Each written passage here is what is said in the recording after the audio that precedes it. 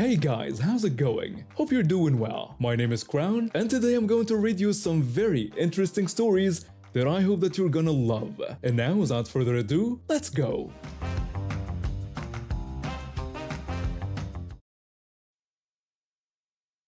My parents noticed my interest in Pokemon cards when I was 5, and they would occasionally buy me booster packs as rewards for good behavior or academic achievements.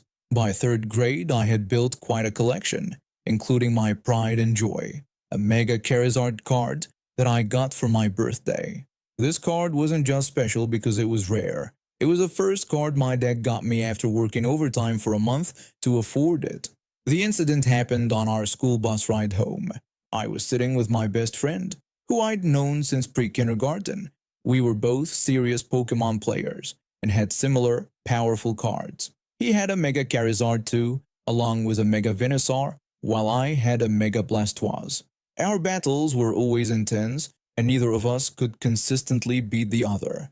We'd spend hours after school trading strategies and planning our decks. That day, my younger brother, who was in 1st grade, was sitting across from us. I'd been teaching him the game since he started collecting, and he was getting pretty good at it.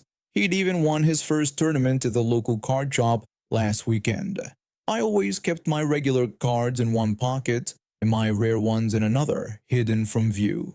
It was a system that had worked well until then. While I was helping my brother understand a new combo he wanted to try, I noticed this kid from our grade watching us intently.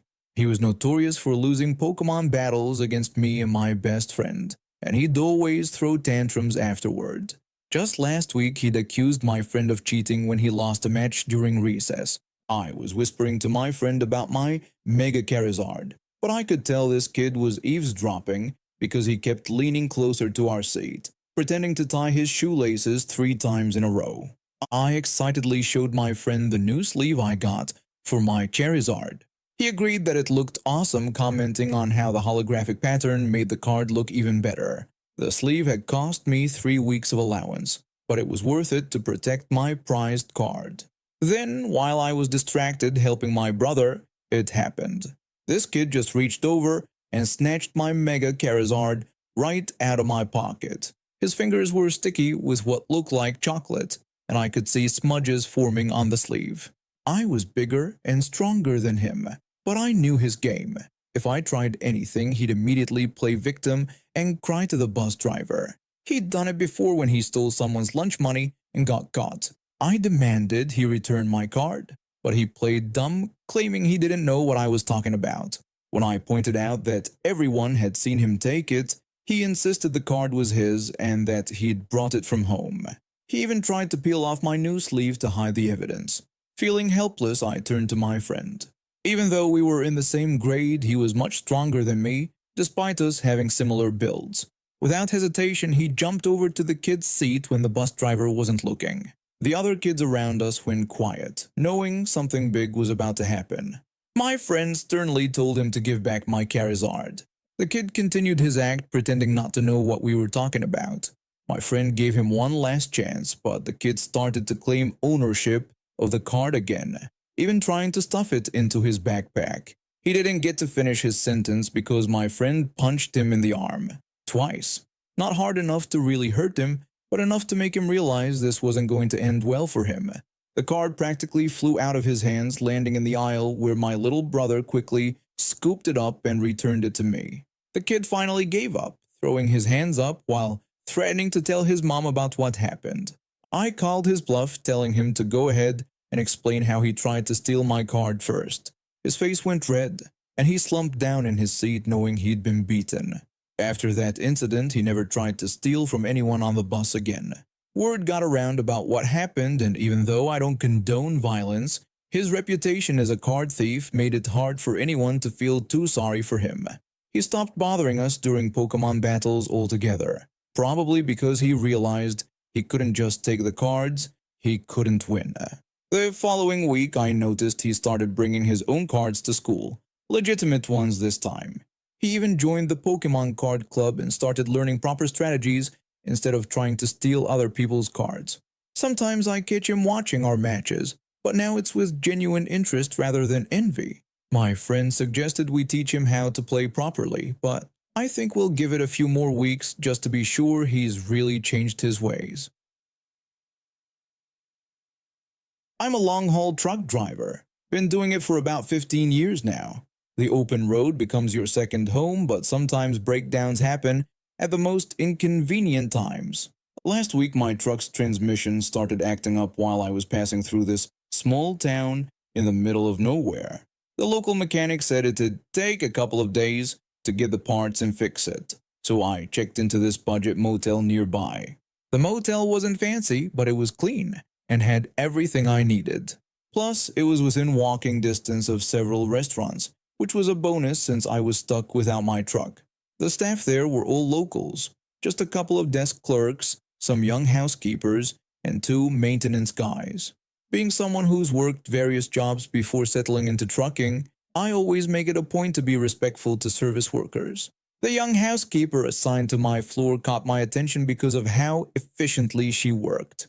She couldn't have been more than 22, and she was always cheerful, especially when I asked for extra towels. Everything was going fine until this group of flight attendant trainees checked in. They were part of some training program from a school down the road. Right from the start, these women were nothing but trouble. They complained about everything, from the lack of a bar to the limited TV channels. According to them, every male guest who looked their way was hitting on them. One morning, I was standing outside my room when I heard a door slam next door. One of the trainees stormed out, wearing some jeans and a tank top. She started yelling about how disgusting her room was, claiming it hadn't been cleaned properly in a week. The young housekeeper was approaching with her cart when this happened. The room was absolutely trashed, with soda bottles and fast food containers everywhere.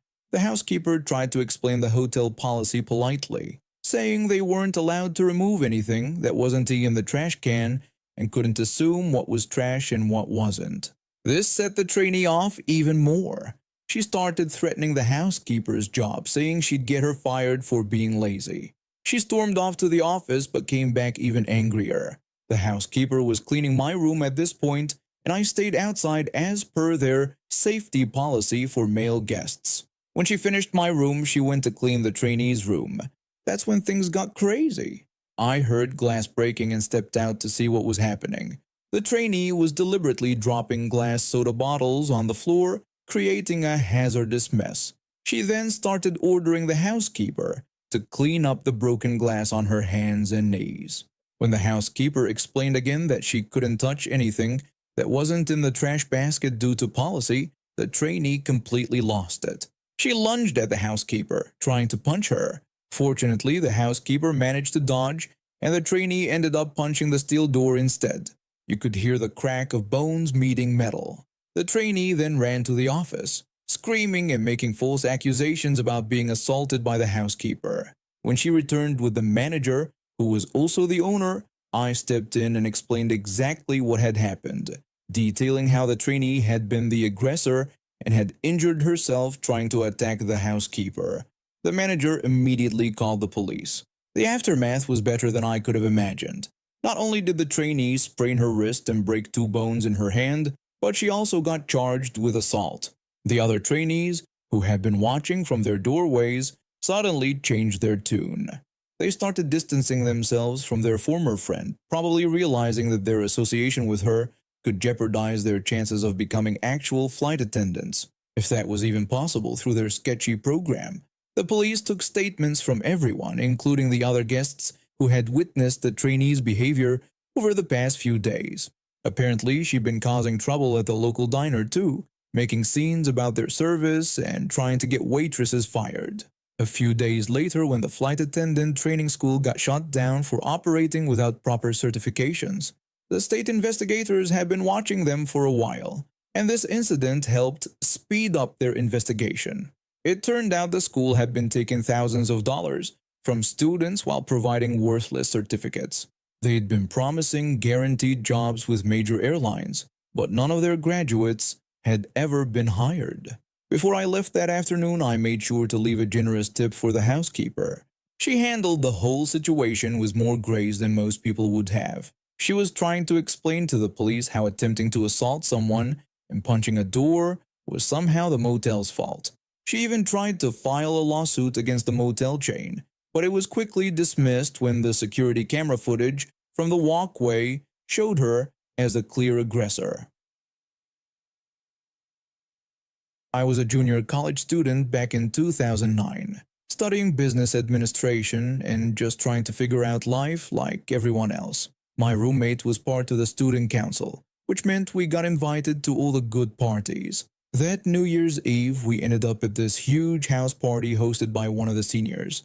I wasn't planning to drink much that night, but you know how these things go. One drink led to another, and before I knew it, I was participating in every drinking game imaginable. Beer pong, flip cup, you name it. The music was blasting, everyone was having a great time, and the whole house was packed with students from different departments. Around 1:30 a.m., people started dropping like flies. Some made it to spare bedrooms, others just claimed whatever comfortable spot they could find. I managed to secure a decent spot on the living room sofa.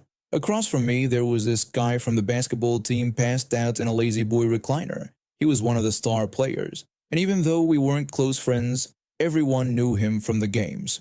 I was in that weird state between being awake and asleep when I heard the front door slam open. The noise immediately put me on edge, but I was too drunk to move. That's when these two skinheads walked in like they owned the place.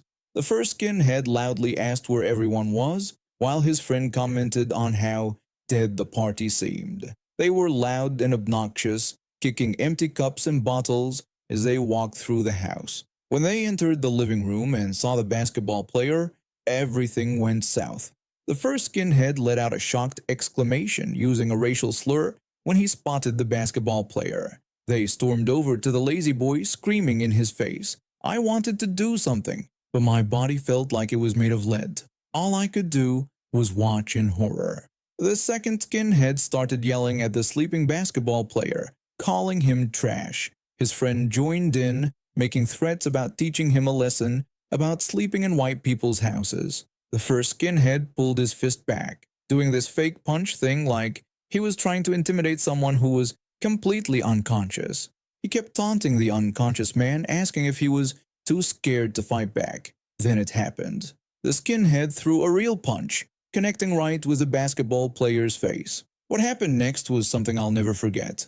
It was like watching a superhero movie in real life. The basketball player's eyes snapped open, and in one fluid motion he launched himself out of the recliner. Time seemed to slow down as he literally flew through the air, his body perfectly positioned above the skinhead who had just punched him.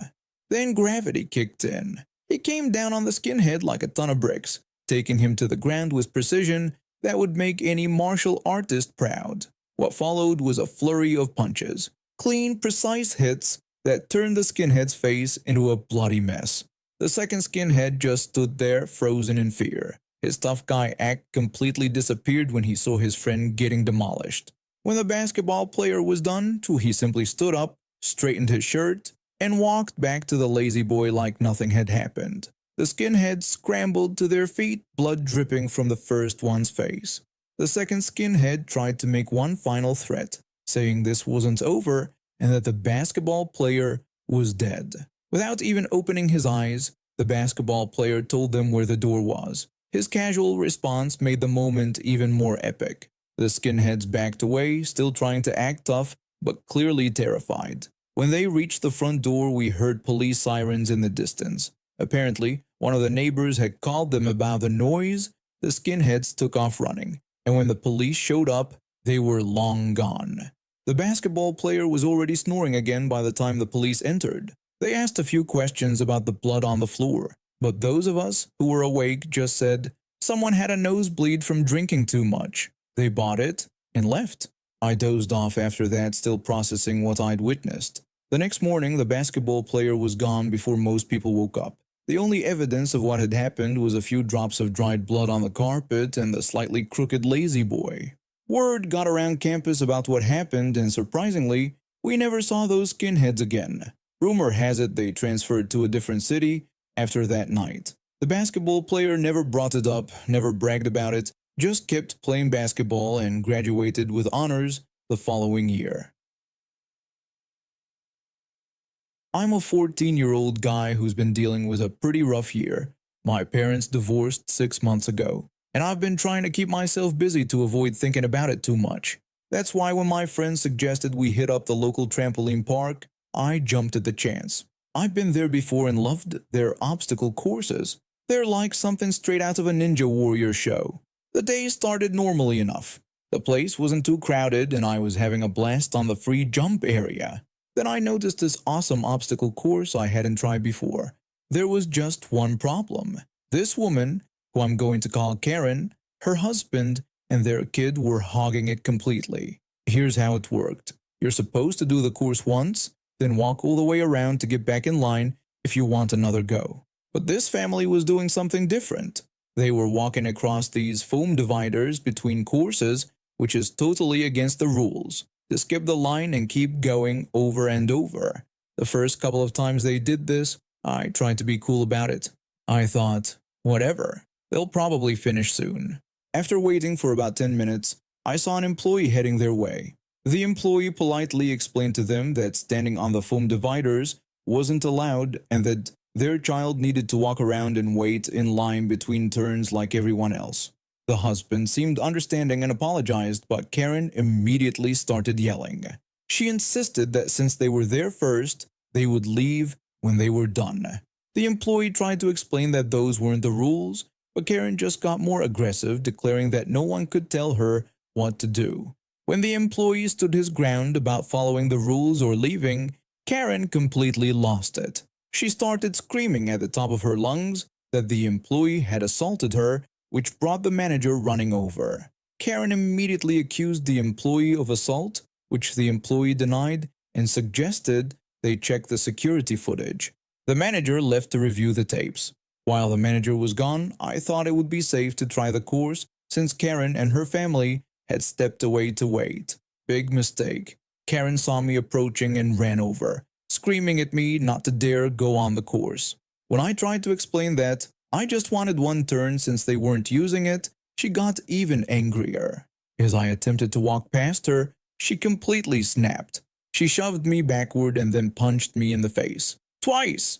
I ended up with a black eye and a bloody nose. The employee rushed over and told me to go get an ice pack while they dealt with Karen. While I was cleaning up my nose, the manager reviewed both incidents on the security footage. By the time I got back, he was informing Karen that she was being banned from the facility and needed to leave immediately or he would call the police. Karen threw a fit about how unfair it was when the manager said her husband and child could stay, but she had to leave. She stormed out. But instead of actually leaving, she just stood in the parking lot screaming. The manager had to call the police, and they ended up arresting her for assault and trespassing. After all that drama died down, I finally got to try the obstacle course. Despite my throbbing eye and slightly bloody nose, I absolutely crushed it. My friends recorded the whole run, and it became our most watched video for weeks. Nothing like a little adrenaline from getting punched by a crazy person to boost your athletic performance, I guess. Later, we found out through social media that Karen got charged with assault of a minor, and she had to do community service and attend anger management classes. Her husband filed for divorce shortly after. Apparently, this wasn't her first public meltdown. And now we have reached the end of today's stories. Thank you for watching, and see you next time.